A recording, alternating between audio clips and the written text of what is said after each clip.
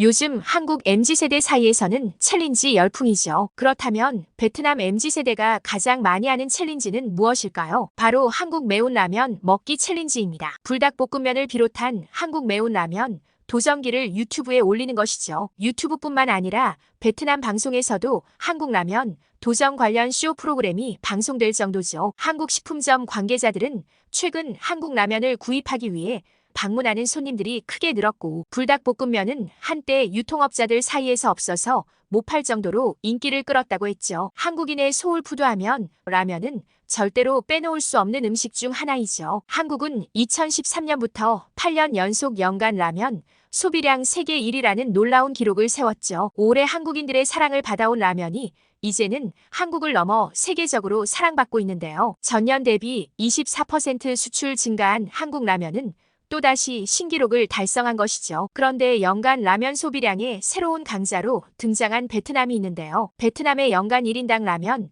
소비량은 2018년 53개, 2019년 55개, 2020년 72개로 꾸준히 증가했으며 2021년에는 87개를 달성하며 세계 1위를 차지했죠. 라면 시장의 규모 또한 중국과 인도네시아 다음으로 3위를 차지하는 기염을 토해내며 베트남 라면 시장의 규모는 점점 커져가고 있는데요. 오늘 사연은 커지는 베트남 라면 시장에서 사랑받고 있는 한국 라면에 대한 사연입니다. 저희 채널은 제보해주신 사연을 바탕으로 사연자를 대신하여 소개해드립니다. 일부 내용과 이름은 사연자의 개인정보 보호를 위해 각색한 점 양해 부탁드립니다. 구독과 좋아요는 영상 제작에 큰 힘이 됩니다. 그럼 오늘의 사연을 소개해드리겠습니다. 안녕하세요. 저는 베트남 하노이에 살고 있는 뚜엔이입니다. 오늘 서호 호수를 지나가다가 너무나 반가운 가게를 발견했어요. 그것은 바로 한국식 즉석 라면 가게입니다. 매장 입구부터 한국 라면 완전 정복이라는 문구가 적혀 있고 벽면에 부착된 한글 포스터 등 곳곳에서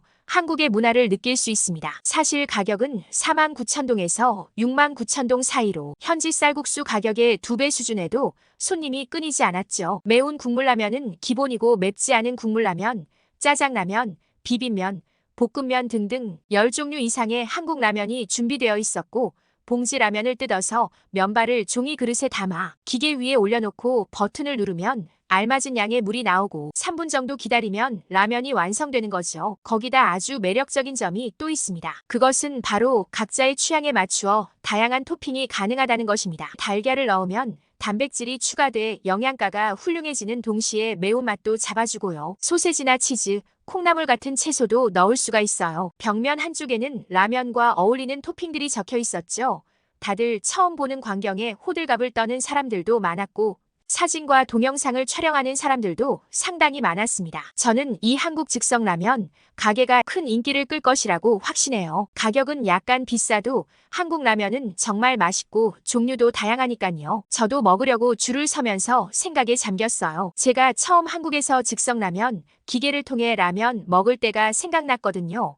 그들보다 익숙하다는 듯이 기계를 작동시켜 라면을 끓였지만 저도 처음에는 어떻게 해야 할지 헤맸거든요. 자리를 잡고 완성된 라면을 한 젓가락 먹을 때 다시 작년 한국 여행 때로 돌아간 것 같은 기분이 들어 행복했습니다. 제가 한국에 대해 처음 관심을 가지게 된 건 바로 베트남 축구 대표팀을 맡았던 박항서 감독 덕분이었어요. 처음에 한국인 감독이 온다고 했을 때는 의아한 마음이 들었어요. 유럽 출신 감독들도 많은데 굳이 한국인 감독이 와야 하는 마음이 들었죠. 하지만 그는 2017년 말 베트남 국가대표팀과 U23 대표팀의 감독으로 부임한 이후 눈에 띄는 성과를 이루어냈습니다. 그의 지도 아래 베트남 축구대표팀은 국제대회에서 뛰어난 성적을 거두며 역사적인 성과를 달성했습니다. 2018년 아시안게임에서 베트남 U23 대표팀을 사상 첫 4강에 올려놓은 것입니다. 또한 2018년 스즈키컵에서는 10년 만에 베트남을 우승으로 이끌며 전국적인 영웅으로 떠올랐습니다. 박항서 감독은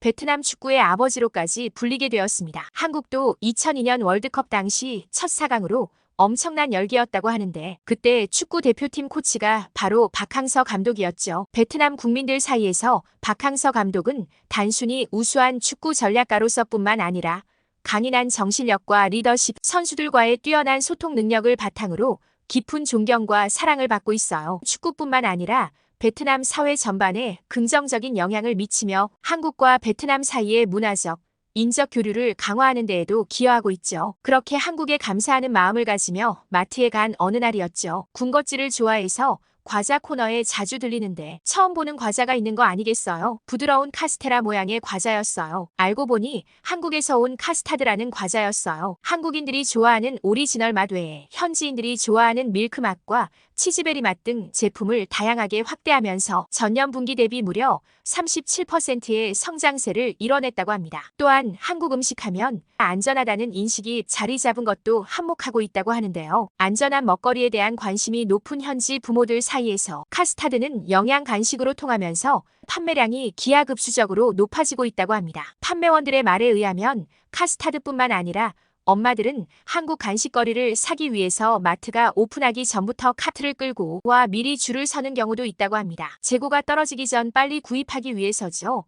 저도 재고가 떨어지기 전에 얼른 한 박스를 사서 집에 왔죠. 판매원분은 우유랑 먹으면 아주 꿀맛이라는 꿀팁을 전해주셨어요. 그렇게 한 입을 맛본 순간 저는 눈이 휘둥그레졌어요. 고급 디저트 가게 부럽지 않을 만큼 맛있는 맛 아니겠어요? 어쩜 이렇게 퍽퍽하지 않고 부드러운 과자가 있는지 놀라웠어요. 자리에서 한 박스를 다 먹고 싶었지만 참았죠. 한국이란 나라가 점점 궁금해졌어요. 작은 나라라고 알고 있는데 뛰어난 사람들과 훌륭한 상품이 어찌 그리 많이 나오는지요. 찾아보니 한국 과자의 종류는 제가 생각한 것보다 정말 다양했어요. 또한 베트남도 면을 많이 소비하는 나라로 유명한데 한국의 라면도 정말 다양한 것이 아니겠어요? 유튜브를 찾아보니 한강에서 냄비 없이도 끓여 먹을 수 있는 라면이 있다고 해서 궁금증을 자아냈죠. 저는 한국이란 나라를 구경하고 먹거리를 맛보고 싶었죠. 그렇게 한국 여행을 결심하게 되었고 마침 시간이 되는 친구를 꼬셔 같이 가게 되었어요. 약 5시간이 넘는 비행 끝에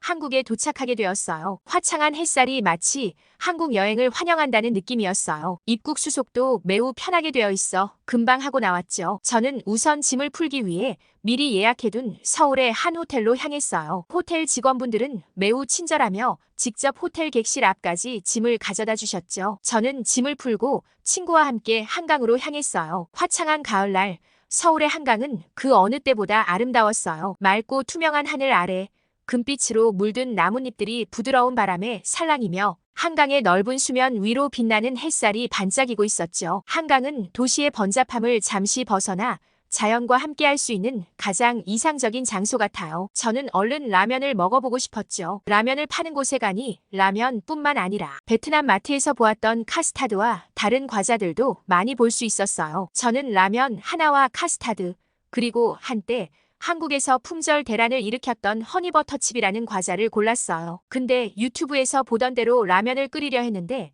막상 해보려니 잘 모르는 부분이 있었죠. 그때 저와 비슷한 또래의 한국인 여학생들이 다가와 무슨 문제가 있냐고 했어요. 저는 라면을 끓이고 싶은데 어떻게 하는지 모르겠다고 했고 그들은 도와주겠다고 했어요. 알고 보니 라면을 사서 용기에 라면과 스프를 넣고 버튼만 누르면 된다는 것 아니겠어요? 3분을 기다리는데 저한테는 30분 같았어요. 저는 그날 맛본 한국 라면의 맛에 푹 빠지고 말았습니다. 베트남의 라면도 맛있지만 한국 라면의 맛과 간편함은 따라오기 어려울 것 같아요. 처음 먹어본 허니버터칩도 달달한 벌꿀 맛에 바삭바삭해서 아주 맛있었죠. 그렇게 남은 여행 기간 동안 하루에 한 번은 종류별로 라면과 과자를 먹을 정도였으니까요. 한국은 늦은 밤에도 치안이 완벽해서 야식을 먹으러 새벽에도 편의점으로 가서 이것저것 사 먹을 수 있었죠. 서울의 밤거리는 12시가 넘은 시간에도 거리에 사람들이 많아서 걱정할 필요가 없었어요. 3박 4일의 짧은 여행이었지만 한국인들의 친절함,